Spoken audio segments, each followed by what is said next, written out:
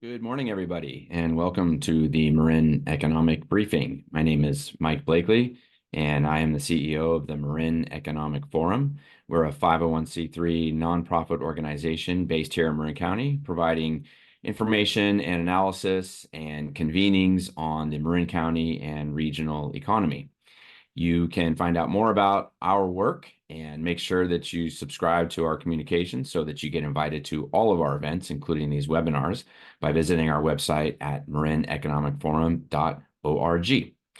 Good morning and welcome. Today is Earth Day, and no matter what your stance on climate is, we here in California and Marin County have certainly seen the impacts of climate. Anybody who drives a car, owns a home, or needs to insure anything has certainly noticed their rates have gone up. That's a big impact here in California. But nonetheless, there's lots of positive things, and Marin County has been a leader in the climate area.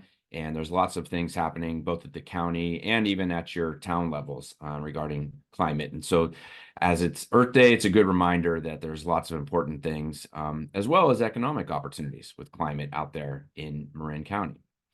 Today is our April briefing, and it's been just about 4 years since the pandemic occurred, and it still is very much focused on our economy. The impacts of COVID, the first thing people point to is the economy. We're still seeing lingering impacts. Some things have moved beyond. I would say that consumers are back to spending like they were pre-COVID, but we're still dealing with these issues like remote office and just changing trends. And all of those things impact how we're doing work here in Marin County as well. So it's really an interesting time looking at the impacts of COVID. The other big thing that happened since our last meeting was local elections, state and local elections. One of the takeaways for us here was that there was a big bond measure that failed. And as we're looking at November elections coming up and other big bonds, I'm going to talk about this a little bit later in the program. What are voters' appetites to approve more taxes? So that are the issues that are sort of on top of mind for us today. But we're going to get to the data, which you're all here for. And I'm going to invite MEF's chief economist, Dr. Rob Eiler, to come in. He's going to share the latest data with us, take us through the national, state, local level indicators, and hopefully after that we'll have a good sense of where we are. So good morning, Rob Eiler. Take it away. Thanks, Mike. And thanks everybody for making the time today to share with us and for me to share these data with you. So let's get started by looking at the labor market. If we look at the labor market in the United States in the Great Recession, it took 78 months to go from the total number of people hired in the United States in November 2007 to get back to that same aggregate number. And I use this as my sort of reminder that while we went through a lot of roller coastering with respect to labor markets early in the pandemic, we recovered very quickly. And you can see that here in the comparison graph. If you make the number of people that were working in the United States in January 2020 after seasonal adjustments equal to 100, thus starting at the same place as the blue graph, which is the Great Recession graph, you can see we had a much sharper cut. We've recovered more quickly in the sense of getting back to that red dotted line or the pre-pandemic or pre-recession benchmark, which was January 2020. And the 104.0 number suggests that as of March 2024, we are 4% above January 2020's level of aggregate employment in the United States. So the reason I show this is because until this graph begins to tip back down a little bit, A, we should not expect any declaration of recession, and B, it'll make us really think about what the Federal Reserve is going to do with respect to interest rates and how fast they may fade those rates, given that the continued growth of the labor market is going to continue to put pressure on wages and cost of doing business, which is this sort of friction that the Federal Reserve find itself in terms of saying that they want to change rates, but the labor market has really not shed the jobs that they expected from the inflation change, and by increasing interest rates and trying to slow down the economy, as Mike suggested, the consumer continues to move forward somewhat unabated. If you look at prices, and this is the other sort of side of the macroeconomy, is that we have seen a serious fade in the number one price index that the Federal Reserve looks at, and that is the core personal consumption expenditures price index. So if you take food and energy products away from what people buy every month and you think about, well, how much more Does everything I buy every month, how much more is it to me to buy at the cost than it was 12 months ago? That February 2.8% represents how much more, or the inflation rate from 1 year ago, of that basket of goods. The key is we take food and energy prices out because economists suggest that those are more volatile, and you don't want to make policy changes based on what you could think of as an episodic change in a price index if your focus is on controlling inflation. So you can see that over most of this period, which is monthly from 2007 forward, these data were below the blue dotted line. And the blue dotted line represents where the Federal Reserve believes we should be thinking about with respect to inflation expectations. In other words, they want the blue solid line, the actuality of this core personal consumption expenditures price index, to kind of weave around that blue dotted line if policy and the economy are in essence working correctly. In other words, people are using expectations to spend and save. Well, you can see that we got way away from that after that skinny shaded area, which was the very brief declared recession during the pandemic. We spiked inflation up, and it's been slowly descending ever since sort of the beginning of 2023, when the interest rate changes really started to take hold. The current forecast is for that blue solid line to continue through those red dots past 2026. And the game that the Federal Reserve is playing is they want to reduce rates, and there's some pressure to do that from the economy, in the sense that if inflation is the focus of policy and inflation is faded, then why do we still have relatively high interest rates? And if you think in a more historic way, the current interest rate environment is not historic in the sense that we have certainly seen mortgages around 7%. We have seen short-term interest rates somewhere in the low fives before. It's just been a while since we've seen interest rates increase at this pace that we saw in 2022 and early 2023. And the financial markets want to see some relief from that, especially if the data now suggests that maybe it's time to show some of that relief. So the things to consider, if the rate cuts are coming, the Federal Reserve has to feel like that their job is now complete. And the point of everything I've just said in the last 2 minutes is that blue solid line is not moving in earnest through those red dots. The Federal Reserve is going to feel like they have not done their job. And if you take that back up to the labor market graph I just showed you, that lack of labor market loss, or that lack of job loss, is something that the Federal Reserve is watching very closely to see if there's not this weird support mechanism that's going to keep prices somewhat supported at higher levels, or at least inflation rising at a relatively higher pace than expected. And that'll be the game that gets played with the Federal Reserve and interest rates over the next, let's say, 6 or 8 months. Economists generally still are forecasting rate cuts, but we need to see the continued evolution of the data in the way that the Federal Reserve wants to see it before they start that in earnest. And it is tricky. So the other thing I wanted to say real quick is that you hear the CPI and then you hear about the PCE, and usually the CPI data come out about the middle of the month. The PCE data come out at the end of the month, and they're highly correlated with each other. So one kind of tells the story of the other that's coming, meaning that CPI data is usually the big one that makes the news. But the point is that we saw recent CPI data that suggested prices have kind of halted their downward trajectory in terms of inflation, and how the Federal Reserve reads the tea leaves and adjusts their own forecasts around that is yet to be seen. But it's tricky to look at 1 month's change and make a big statement about what's coming. The supposition is that relatively higher interest rates should continue to put downward pressure on businesses to make investment, to continue hiring at the pace they have, and for consumers to continue spending at the pace they have. And thus we are at least expecting a slower economy. And it's hard to know whether or not the recent CPI data really tell a story of where these data are going in terms of the core PCE. The IMF last week had their big macro week as they came out in the second quarter with their latest forecast. And these data here for the US are all augmented, given that we now have a final stand of what happened last year, about 2.5% annualized growth in the United States, which was better than most forecasters, which were around 2% max that I saw out there for 2023. But 2024's projection has picked up, and 2025 picked up a little bit too. And the idea behind that is that the continued robustness in the labor market and the slowing down of inflation are all pointing toward a better US economy. But if you look just below that in the Euro area, those numbers are a lot more tepid in terms of where things are going. In Spain, though, has kind of risen from its global financial crisis ashes and looking a little bit better in terms of where it's going in Europe. But Spain's economy is relatively small vis-a-vis Germany, France, and Italy. So you can see the German, French, and Italian economies are much slower outlook in terms of growth, especially versus the US, and really dragging the Euro area average down. So we're watching very closely about how the US economy and the European economy might be slightly moving in different directions. And the reason I bring that up in the punchline is that the Federal Reserve, when it's thinking about interest rates and where it wants to go next, is going to be thinking very strongly about not only dealing with the data here in the US, but how that might affect the European economies in terms of their progression with interest rates, because we've all kind of followed each other, and not wanting to have a lot of capital flows moving across countries because they're seeking higher yields or lower yields. And so we're trying to coordinate those policies. And that's the classic central banking prescription, is to make sure that you're not deviating too much from larger economies otherwise in the world.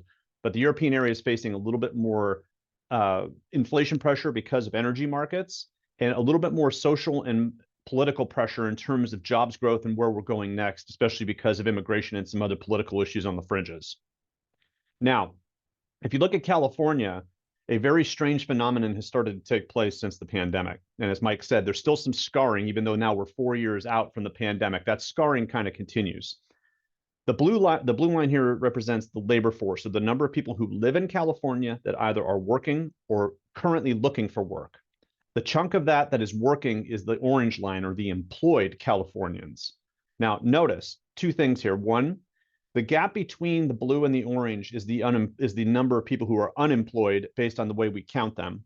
You can see the unemployment rate sharply increased after the pandemic, which is that very sharp cut in the orange line going straight down, bottoming out, and then heading back up again. That gap got very wide, and we all know that story. But notice that as the recovery took place, the labor force coming back toward the labor market versus the number of people who had a job, that gap closed pretty quickly. And then over the last about 20 months now, it's been very flat in terms of the number of Californians that have a job. So not much growth at all. And this is kind of a rare event in California's economic history. We have not seen job growth this slow or flat for this long period of time without a declared recession. But if you are a business in California, which is the black line in terms of how many people you've been hiring, that number has basically continued to crawl up, though there was a little bit of a flat period there for about 12 months between the middle of 2022, especially when interest rates kind of seize up financial markets a little bit, and it pushed away new IPO activity, expansion in tech, which we're going to come back and talk about in just a second. But it's kicked back up a little bit in California, and the black line going above the orange line is also a very rare event and really not seen in California's economic history. It suggests that there are more people working for California businesses than there are Californians that have a job, which means that California businesses are hiring a little bit more on the margin outside the state, which reminds us about the remote work situation and how much California's economy is dependent upon people that live someplace else. There's some very slow building danger in that. It's not a big deal, but if you start thinking about how the state government is looking at its budget and how much demography and economics both play into that budget, when you hear about deficits and sort of the shell game that's going to get played over the next 3 or 4 years with respect to the California state budget deficit, part of that story is in that black line emerging above and beyond that orange line, because those incomes that are made from California-based employers are now shuttling out to other states. And you can see that twist right there. Now, if you look at the employment in Marin County, this is in fact is just Marin County. I needed to change that title. I apologize. These are seasonally adjusted data for Marin County in contrast to the data we just saw. And the whole point of this is really taking this graph of Marin County and comparing it to the state. Same deal. The blue line are the people who live in Marin that have a job or actively seeking work. The orange line are people that are currently working from that blue line, or the chunk of that, the area underneath the blue line, that are employed. And these are the number of people that Marin-based employers have hired. Now, notice that all three of these are kind of going in the same direction, specifically after the sharp cuts from the pandemic. But the gap that exists suggests that a lot of people who live in Marin County have jobs other places. So the total Marinites who are employed, the orange line, is significantly above the number of people who work in Marin. And Marin County, as a result of that, has larger incomes. It relies more, or at least on the margin, it relies on the greater Bay Area to derive income, bring that income home, and the Marin County economy gains from that imported income, and in a sense, our exported services from our local neighbors and our residents. So the point is, though, that it's all been tipping up. So Marin County has, of all the sort of what you can think of as the quote unquote metro areas that are measured by California EDD and the Bureau of Labor Statistics in California, Marin County's had a slower progression out of the pandemic in terms of hiring and in terms of having a base of people who live in Marin County that have now come back to work. And some of that's migration patterns similar to the state. But that tip up at the end, what's been happening over the last 6-ish months or so, is a good sign that economic development activity is starting to take hold in Marin County and starting to lead to a little bit more jobs growth, and that some people are reemerging in the labor force and looking for work. Now, if we look at the change in employment over 1 year, I kind of wanted to look at what had happened by industry. So notice a couple of things here. This is for Marin County. Marin County grew about 2.1% in terms of the number of people working in Marin.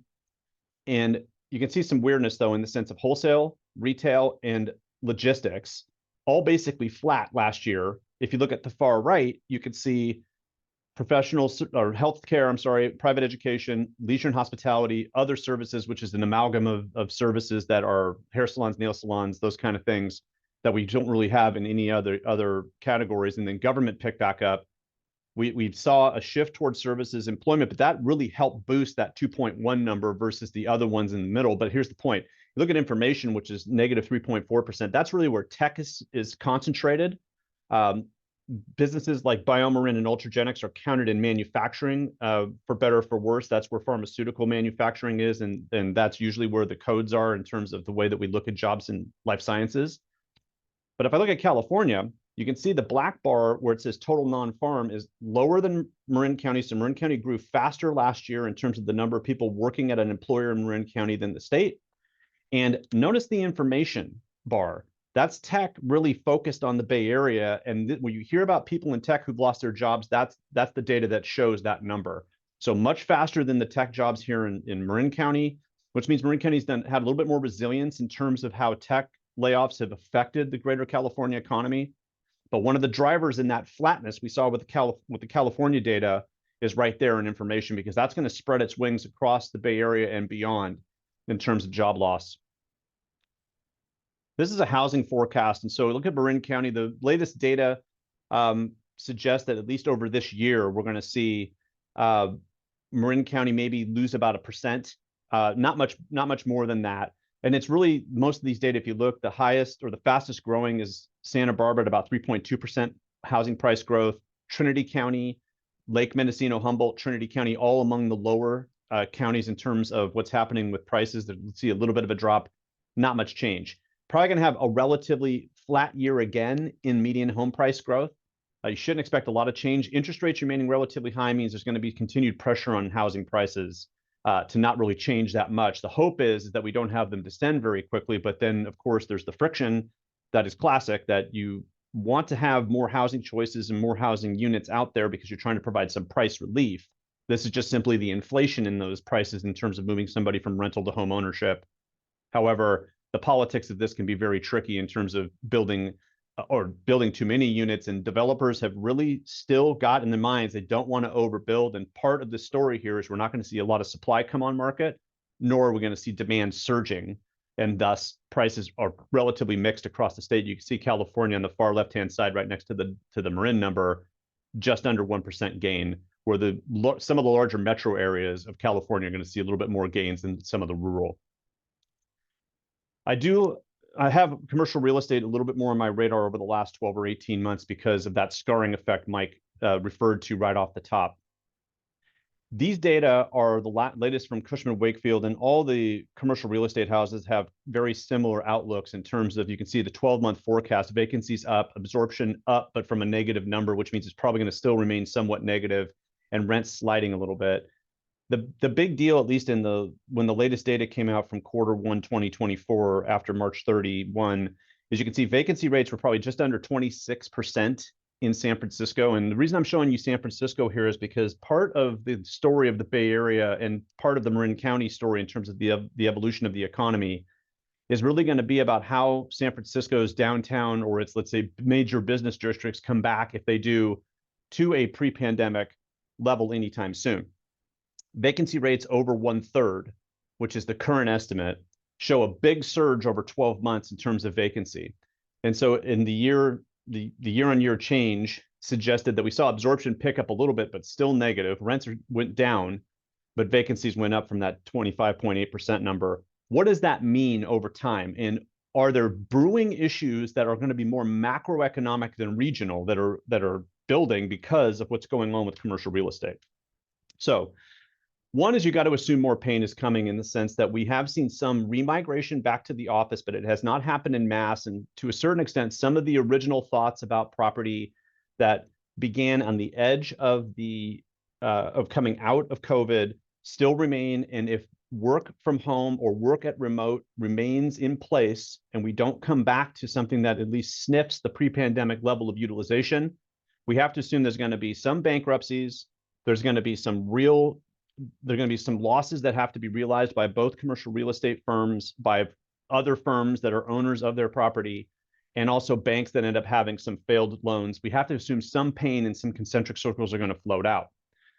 As leases come up, we're going to get a little bit more of an indicator and a forecast of where those problems and those reactions are coming.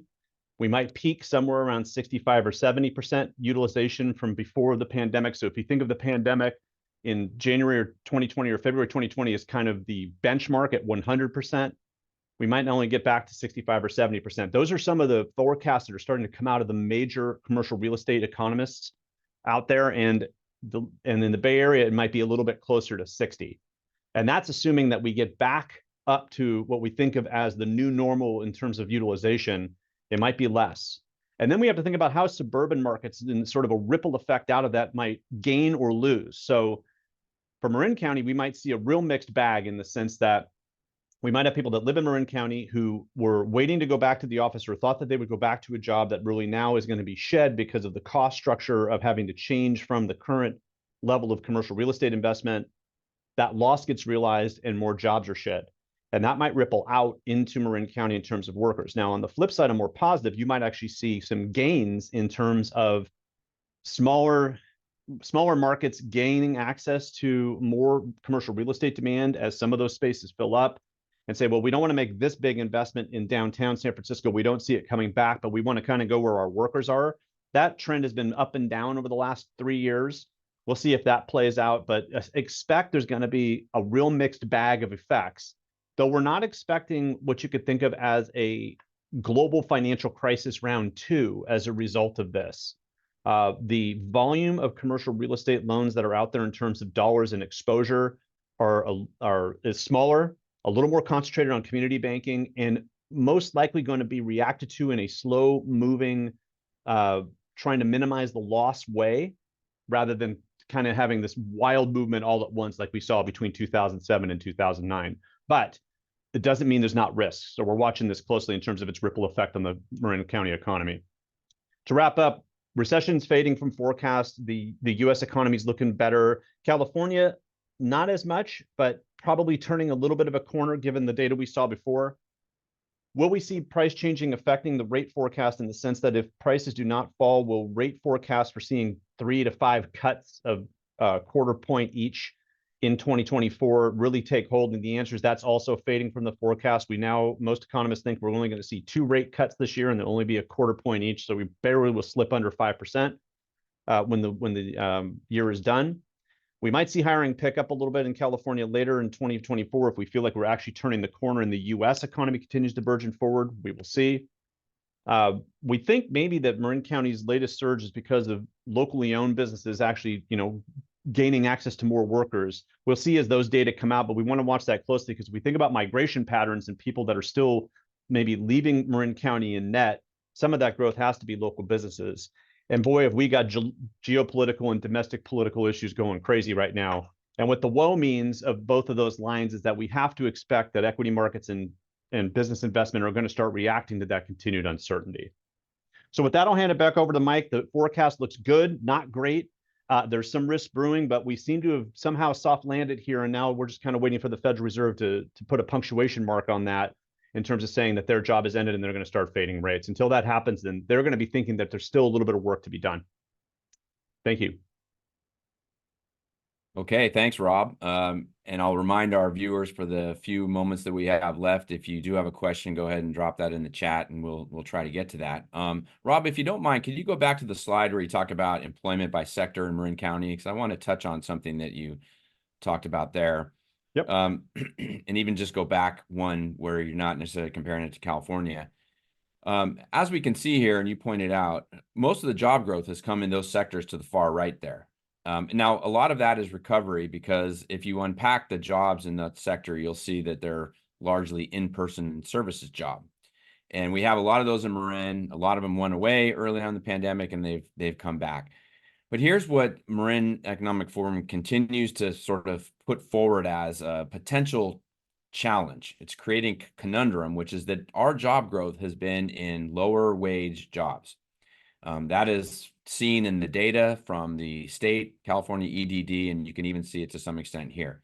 Now, the conundrum, of course, is that that doesn't keep our residents in a position to keep up with the cost of living in Marin County. So we see this continued pressure on services, government services to be provided because a lot of our residents can't make do in the jobs that they have. And yet this is where we continue to see more job growth. You contrast that to those other sectors of information, financial activities, professional business services, where you have more of those middle and higher wage jobs. Now, that is where we need to see job growth in Marin County. Now, how is that going to happen? Well, there is some organic growth of companies here. We've got a lot of entrepreneurs and business starts we've seen over the past few years are pretty good. It takes a while for those companies to scale to a point where they're employing a lot of our residents at those higher wage jobs. But we also need to think about attracting businesses to come here. As Rob said, the suburban commercial real estate market has been picking up a little bit. That remains, we believe, an opportunity for Marin County, but these things don't happen by themselves. So the Marin Economic Forum has been partnering with some other cities and having discussions around town, if you will, about how we can actually do some formal business attraction here because our residents need the better jobs that will come with more professional services types companies locating here. And we're going to continue to see pressure on residents if the only jobs that are being created here are in those lower wage sectors. Now, we need to fill those jobs because a lot of them are very important jobs, especially in the healthcare and education sectors.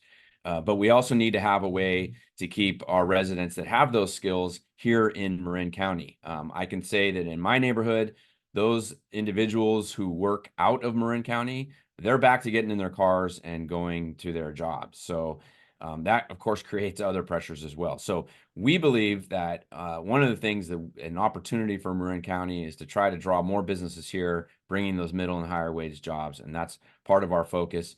And again, all you have to do is look at this data to see that we don't have enough job growth in that space. So thanks with that. Let me look real quick, Rob, if we have some questions here in the chat. I don't see any questions. What Mike, is happening with construction? yeah, the only one we have was in construction. I answered in the chat, but just to say it out loud, construction jobs in Marin County probably just overhired a little bit the first 3 years coming out of the pandemic, and the negative 2.6 is probably just an adjustment. That might actually pick back up again as we go into the normal building season, even though we kind of have flattened that out over time in terms of the building season not really mattering as much. But you shouldn't panic there. It's probably just a small adjustment to demand and a little bit of overhiring the previous 3 years. Yeah, and I'll also note because Marin Economic Forum is partners with the Marin Builders Association, and recently I attended one of their member meetings, and I can confirm for anybody that the trade sector is having a hard time hiring. They could hire a lot of workers right now, so that seems to be a bit of an anomaly to see that number down. Maybe it's seasonal, but for sure the trades need people. Those are some more of those good paying jobs I was talking about. So let's not forget about that sector when we look at job creation as well. So, okay, everybody. Well, I'm going to sign off now. Thanks again for joining us. Rob, thank you. And I remind people that MEF does have a new partner program. You saw there's some information on the screen there. We have both public and private companies being part of our partner program more and more every day. Check it out. It's on our website. You can find out about it. It'll give you an opportunity to engage more directly with us in some of these issues that we've talked about today. But thanks again for joining, and have a good rest of your week.